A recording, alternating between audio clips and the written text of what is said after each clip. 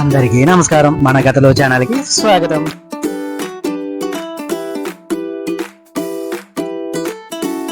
పూర్వం ఒక మహారాజ్యం ఉండేది. అక్కడ రాజు ధర్మవంతుడు, ప్రజల పట్ల అపారమైన ప్రేమ కలవాడు. రాజ్యంలో సుఖ సంతోషాలు ఉన్న ఒక రహస్యమైన కథ అందరి నోళ్ళల్లో వినిపించేది.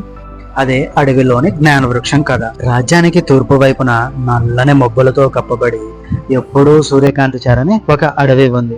ఆ అడవిలో లోపలికి వెళ్లే కొద్ది ఒక వృక్షం ఉందని అంటారు. దాని పేరే జ్ఞాన వృక్షం. ఎవరైనా దాని వద్దకు వెళితే వృక్షం 3 ప్రశ్నలు అడుగుతుందని, సరైన సమాధానం చెబితే అపారమైన జ్ఞానం ఇస్తుందని, తప్పు చెప్పిన వారిని రాయిగా మార్చేస్తుందని ఆ కథ.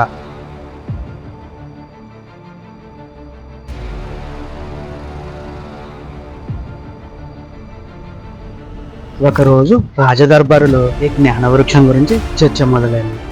పండితులు, మంత్రులు, వీరులు అందరూ తమ తమ అభిప్రాయాలు చెప్పారు. కొందరు అది కేవలం కథ అన్నారు. మరికొందరు మేము ఆ రాయిగా మారిన విగ్రహాలను చూశాం అని ప్రమాణం చేశారు. ఈ మాటలన్నీ విన్న రాజు ఆలోచించాడు. కొద్దిసేపటి తర్వాత సత్యమేదో నేనే తెలుసుకోవాలి అని చెప్పి అక్కడి నుంచి బయలుదేరాడు.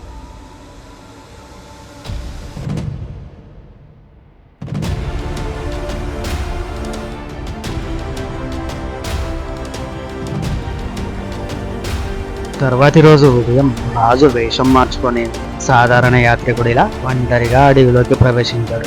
తను వేసే ప్రతి అడుగు కింద ఎండిపోయిన ఆకులు చప్పులు చేస్తుంటే చల్లని మబ్బుల్లోని గాలులు అతన్ని తాకుతూ ఉన్నాయి. సూర్యకాంతి తాకని చోటు, తను నడిచే అడవి పొడుగున వనమూలికల వాసన. అలా రాజు కొంత దూరం నడిచిన తర్వాత అనుకోకుండా ఒక వృద్ధుడు ఆ దారిలో కనిపించాడు.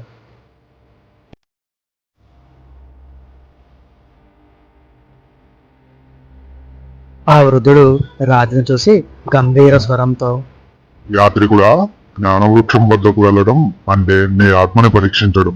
భయం ఉంటే వెనక్కి తిరుగు. లోభం, అబద్ధం, స్వార్థం నీలో ఉండే ఆ వృక్షం నేను శపిస్తుంది అని ఆ వృద్ధుడు రాజుతో చెప్పాడు. ఆ వృద్ధుడి యొక్క మాటలకు రాజు చిరునవ్వు చిందించాడు. అతడితో ఈ విధంగా అన్నాడు, నా ఉద్దేశం స్వచ్ఛం, నా ప్రయాణం ఆగదు అన్నాడు రాజు. ఆ విధంగా వృద్ధుడితో మాట్లాడి కొంత దూరం నడిచాక రాజుకి కాంతులు విరజమ్ముతున్నటువంటి ఒక వృక్షం కనిపించింది. ఆ చెట్టుకు వెండి కాంతి వెదజల్లే ఆకులు, కొమ్మల మీద పసిడి పువ్వులు. ఆ వృక్షం అకస్మాత్తుగా మాట్లాడింది. ఓ రాజపు మనిషి, నీ ఉద్దేశం నాకు తెలుసు. జ్ఞానాన్ని పొందడానికి నా 3 ప్రశ్నలకు సమాధానం చెప్పాలి. తప్పు అయితే నీ ప్రాణం ఎక్కడే ముగుస్తుంది అని వృక్షం రాజుని హెచ్చరించింది.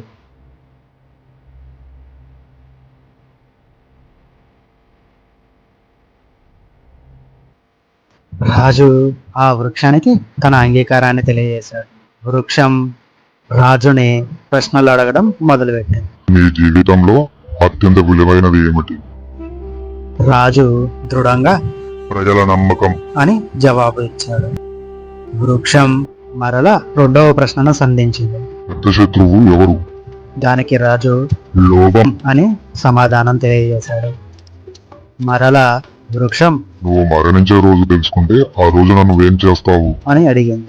దానికి ప్రతిగా రాజు ప్రతి రోజును అదే చివరి రోజులాగా భావించి న్యాయం చేస్తూ ప్రేమ పంచుతూ గడుపుతాను అని చెప్పాడు రాజు. రాజు యొక్క ఈ సమాధానాలు విన్న వృక్షం నిశ్శబ్దమైంది. కొమ్మలు నెమ్మదిగా ప్రకాశించాయి. ఆపై ఒక బంగారు ఆకు రాజు పాదాలపై పడింది. రాజు ఆశ్చర్యంతో ఆ ఆకుని చేతితో వడిసి పట్టుకున్నాడు. వృక్షం రాజుతో ఈ విధంగా చెప్తుంది. రాజా, నీ జవాబులు సత్యం. ఈ బంగారు ఆకులనే జ్ఞానం నీ రాజ్యానికి వెలుగునిస్తుంది. దీన్ని ప్రజల మేలుకు ఉపయోగించు అని రాజుకి ఆ ఆకుని, ఆ ఆకుపై ఉన్న జ్ఞానాన్ని ప్రసాదించింది. రాజు ఆ జ్ఞానం కలిగిన బంగారు ఆకుని చేతితో వడిసి పట్టుకొని తన రాజ్యానికి తిరిగి బయలుదేరాడు. రాజు రాజ్యానికి తిరిగి వచ్చిన తర్వాత ఆ బంగారు ఆకు మీద రాసిన జ్ఞానాన్ని సభలో చదివాడు. ప్రజలు ఆనందంతో కేరింతలు కొట్టారు. ఆ రోజు నుంచి రాజ్యం మరింత సుఖ సంతోషాలతో నిండిపోయింది. ఈ కథలోని నీతి ఏమిటంటే, మనకి కావలసిన నిజమైన జ్ఞానం బయట కాదు, మన హృదయంలోనే ఉంటుంది. భయం దాటితేనే దాన్ని మనం కనుగొనగలం.